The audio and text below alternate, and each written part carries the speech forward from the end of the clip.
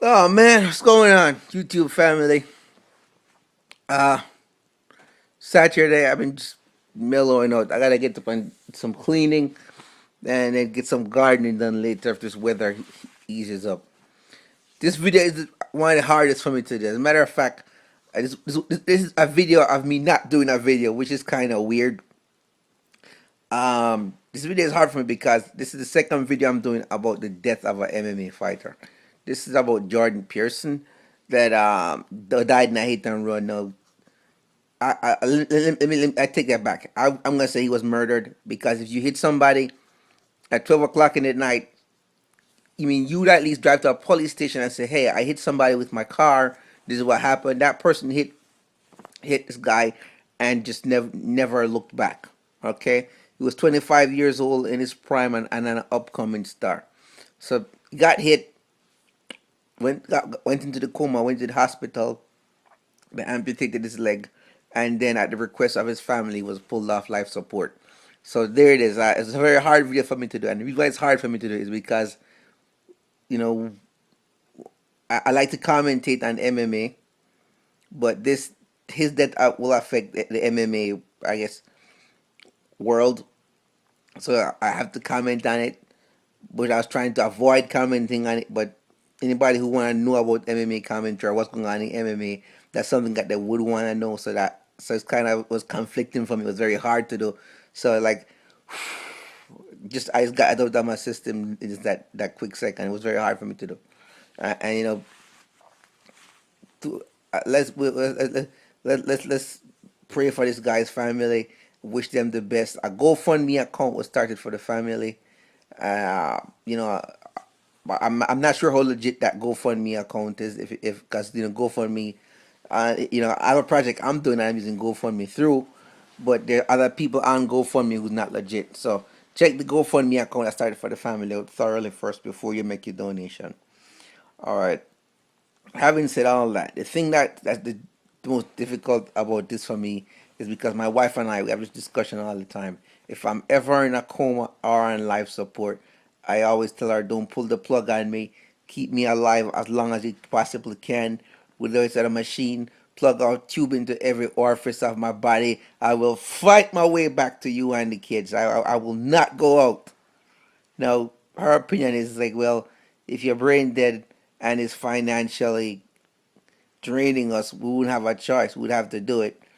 You know, at some point you have to make a decision. So we have a not a heated argument like Lavelle Robinson and his wife, not his girlfriend, and not a heated argument like Christy Mack and War Machine. No, nothing like that. Just a regular back and forth. Well, this is what this is. So it's just I'm gonna say more of a debate, I should say, about it. So I knew that was probably a very tough decision for the family to make, and the reason why I told my wife if I'm ever on life support, don't pull the plug on me, or do not take any advice from the doctors about pulling the plug from me, is because when I read the article of him being injured, they mentioned in the article that his organs were failing. Now, if doctors think you're gonna die anyway and your organs are failing, they want to harvest those organs so they can give the organs to other people who are waiting on the organ donor list who are desperate and dying. So by virtue of you dying or being pulled off life support, your life will be able to save the lives of others and help them. Matter of fact, I have a family member who was in that situation who received a kidney transplant like a year or so ago, and that was able to save his life. So, by virtue of that, so if you're in a coma or doctors feel like, hey, you're brain dead or you're far gone enough, they're gonna encourage your family to do that so they can get the organs before they fail or whatever. So, and that's why my wife always said, well, if you're brain dead anyway and your organs gonna fail, your death could help others. You could help others. And in my mind, I'm saying, okay, well, fine. There have been people who have been in comas for a long time, 9, 10, even 6 years, and then wake up perfectly fine. So if it's possible for me to be in a coma as long as possible, I may have a chance. The human mind and the human body is such a very unique thing. it can regenerate itself given enough time, in certain situations. So that would be a tough decision for my wife. But I'm like, don't pull the plug on me. Don't do it. Give me a chance to fight my way back. And she's saying, well, it would put us in financial ruin. You already been dead, and the organs would save the lives of others. So, in those cases, the doctors will always tell the family, well, here's what's happening. The likelihood of them dying, not recovering, is this much, and these organs could help if you were to pull him off life support and get the organs harvested. No, that could help if it was an organ donor or whatever.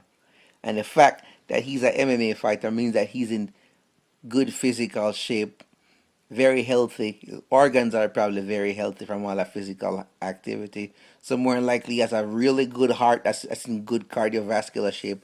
Excellent kidneys. I mean, his organs are probably a jackpot. Good muscle tissue, good bone marrow, all that stuff. I hate to say, but it's almost like society's gotten to the point where we're recycling organs from human beings, but that's the way it is. So and that's why the story hit me so hard. I mean, it took me 4 days to process because I can't imagine how hard that was for that family to make that decision. Even though I'm just having second thoughts about even posting this video as I'm doing it, because I'm like, am I saying the right things? I'm like, because as you can tell about me, when I make a video, I just say what, whatever in the world just come into my mind, just shoots out my mouth. It's hard for me to be politically correct or to frame things right. But that's why this video is hard for me. And it's the last part of this video. I don't want to talk too much about the death and the type of stuff. I just want to get through the video because this is really, I guess it's just sad, really, really painful because I mean, you work hard, you spend all those hours training, 6, 7, 8 hours a day training, dieting right, jogging, making sure your body's in peak condition. You sacrifice so much in terms of the other things that you could be doing with your life for your career. I mean, people don't understand that when you're in martial arts, not only does it affect you, but the people that you love. You spend time away from them. It's a way of life. You put all your energy into this dream, and it's your goal. And some nut job, some careless person just kills you for It's one thing if you die in the ring, or it's one thing if you die saving somebody out of a burning building or something. But just to have somebody do a hit and run like that, and then the coward, doesn't have the guts to come forward. Yeah, so that's how I feel about this thing. And the Miami Police Department is asking if anybody has seen this. The suspect is a 2012 or 2013 Land Rover SUV, and it was missing a left or right rear view mirror.